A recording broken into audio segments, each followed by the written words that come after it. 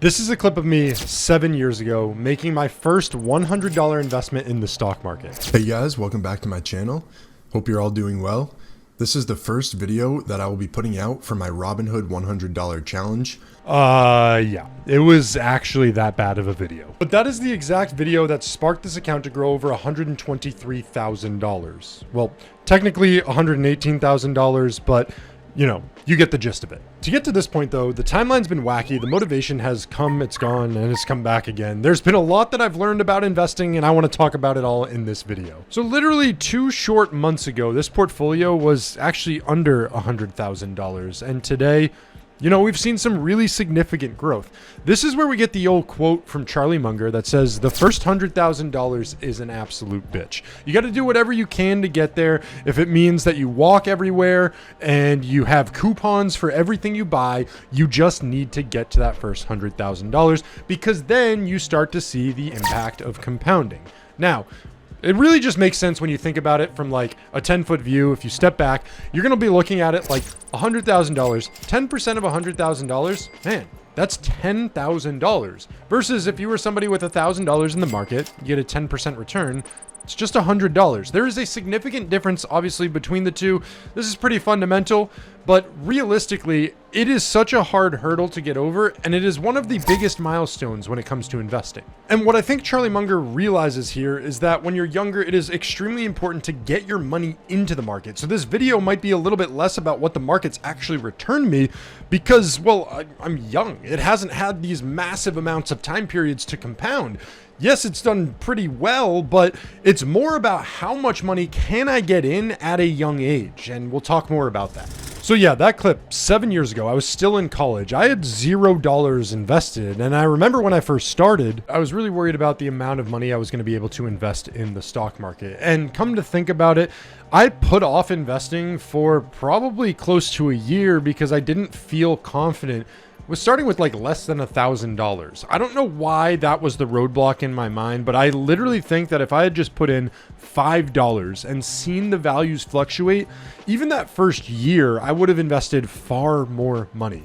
So the first hurdle you have to get over when building to $100,000 is just get started. Get your money into the market.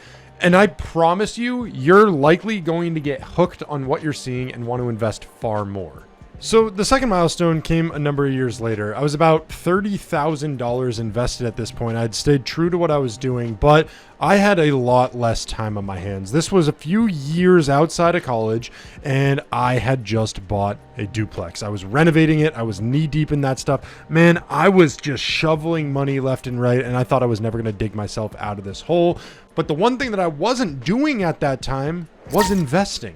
Why? Because I didn't really have a strategy. You need to feel extremely confident in the way that you are investing. Because if you're not, well, I found that when my life got busy and I was investing in individual stocks, it was so hard for me to feel that discipline to go back, to identify different stocks, to figure out when to buy, when to sell, when to do all these different things. And so after about a year, when I was renovating my duplex, I realized that I really wasn't investing as much as I wanted to. It was because of the mental capacity that came with it. Now, when I started simplifying what I was doing, and let me show you exactly what I would do if I was starting over from day one, I would literally invest in VOO. Now, if you look at the past 5 years for VOO, it has returned over 71%. That's over 10% on average per year. And this is the fun. When you're tracking the S&P 500, this is what all the financial advisors out there are trying to beat, and most of them are failing at it. So why not track the thing that everybody's trying to beat, what most people can't beat, and feel really confident about the way that you are investing? Every single time I'm getting more money, I'm racing. I'm just trying to get into the market, trying to get more money in, starting to work for me, because I'm realizing now that compounding is going to take effect so much faster. Obviously, the more money that you have in, but when you're younger, your return actually doesn't matter all that much that you might think, right? Obviously, everybody wants to make money. You want your return to be great, but being that I'm still in my 20s, like the more money I get in now, the more opportunity that has to compound. So I'm not really worried about prices today. Where's VOO today? I'm worried about, hey, where's VOO going to be like 30 years from now? So the more money I can get in now, even if the stock market drops as a whole, I'm still going to invest as it's going down. But the more money I get in, the better I'm going to be in the future with this strategy. And I'm so fired up about that. So listen, at that point, the growth in my portfolio kind of tapered because, well, yeah, I wasn't putting all that much money into it. So I really had to get granular and look at how I wanted to build this portfolio. How could I get this closer to that 6-figure number that we see today? And that's when I figured out about building multiple income streams. Now, it did help that I was going to wrap up that duplex property. I was going to get that income stream coming in. I could invest more from it, but there was a lot more that I thought about. I was working one job, and I do feel like in my 20s, it would have been extremely hard to hit all the milestones, get a rental real estate property, build an over 6-figure portfolio, then do it again after dumping that money into a renovation. Like, it would not have been possible off of one income, unless you're an extremely high income earner and you graduate into some great situation. When I graduated college, I think I was making $45,000 a year. So you can let that sink in. Now, I stayed at that job for about a year. Then I learned the power of what actually moving jobs does when you're younger and the way that you can scale with that. And then up to recently, like, I've always taken risks with career jumps that I've done, either going to make more money. And then obviously right now I'm actually at a startup company, which is a whole different ball game. It's passing up on different opportunities that unlock more potential income in the future. But all of that being said, I haven't made a significant amount from working that typical 9-to-5, nothing different than most people. However, I've optimized my finances. I've added income streams. Like, I've always had side hustles. I've always tried building these things on YouTube. I try to encourage pretty much everybody to get on YouTube, start making video content. It will literally change your life. Even if you're not making money directly off of it, you will make money because of the person that you become doing stuff like this. Like, it's just mind blowing to me. I want to focus on that because I do think it's really important in today's day and age, like having multiple streams of income. I don't know how people are doing it with one stream, especially as you get into the kid territory and saving all that stuff. Like, it is super impressive, but I've also optimized to live off of one income and invest pretty much all of the rest of my additional income that I have. And the other thing is, with that one income that I do live off of, I have optimized the hell out of my finances. That is my guilty pleasure in life. People like going out on these dream vacations, going and traveling the world and do all this stuff. What I like doing is figuring out ways to lower my electric bill. I don't know why. It's weird, man. It is so weird, but the more I can save, the more I can invest, the happier I am. And that's what brings me the most joy. Now, I do think that there will come a phase where I can go and enjoy a little bit more of the travel elements, some of the things that I want to do in the future.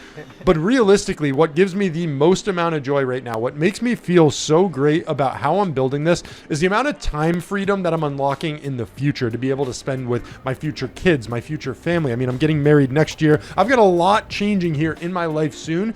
And I feel like I've really optimized my 20s to give myself the best possible sort of growth and opportunities in the future to go out and tackle, take risks, and do a lot of the stuff that people might hesitate to do. So yeah, that was pretty sweet. When I went all in on multiple income streams, it started to scale so much quicker than anything ever before. I more than doubled. I went from 30 to 70K in probably about a year and a half. It was insane. Now, arguably the most influential thing in me continuing to build this portfolio and staying true to investing is honestly just tracking it, showcasing everything here on this channel. So yes, video content, very cool, but also having something like a net worth tracker. If you are somebody who is like talking about this stuff openly, you're sharing it with groups, you're talking with people, it holds you accountable to continue growing. I am embarrassed if I don't put more money into the stock market to a degree.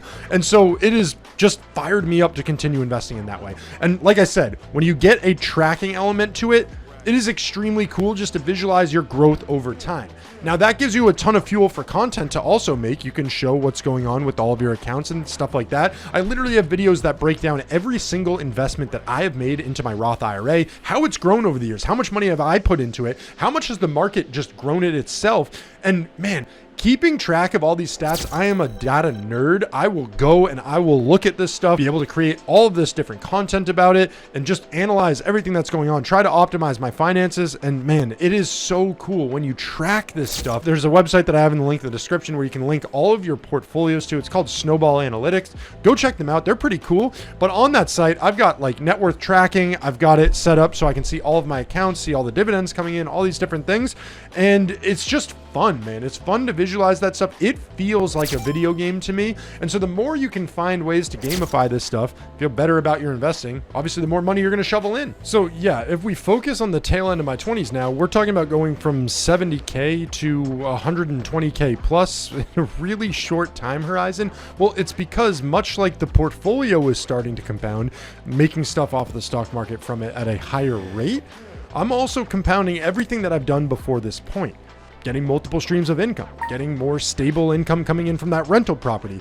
I'm continuing to work, getting raises, getting promotions, and getting bonuses coming in from work.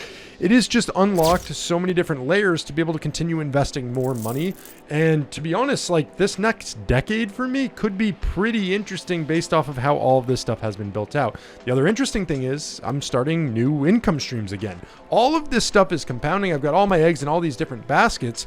And I think that I've just learned so much. If I were to redo it starting in my 20s, tackling VOO, working on multiple income streams, how could I start making more money? But then also I've gotten to the point where now I'm not just investing in the stock market, but I'm actually investing in companies. I'm buying ownership. I'm doing these different things that have the potential to pay off more than what I was making before. And then I can invest more money off the back end of that. So it's really interesting how you learn all this stuff. You go throughout all this learning curve and you get to the point where you wake up and all of a sudden, holy crap, you've got over $100,000 portfolio and you're continuing to build wealth. So it's been a fun journey for me. I've had a lot of fun. I know that a ton of people have been watching along, and I really appreciate every one of you that have done that. If this is your first time checking it out, hey, listen, well, nice to meet you. My name's Dalton. Please subscribe to the channel. I'm working on getting 100,000 subscribers. It's a big dream, a big goal of mine. We'll see if I can get there by the end of the year. I don't know. The growth has been a little bit slower, but we'll see. Thanks for checking out this video. If you have any tips on your first 100K into the stock market, leave it down below.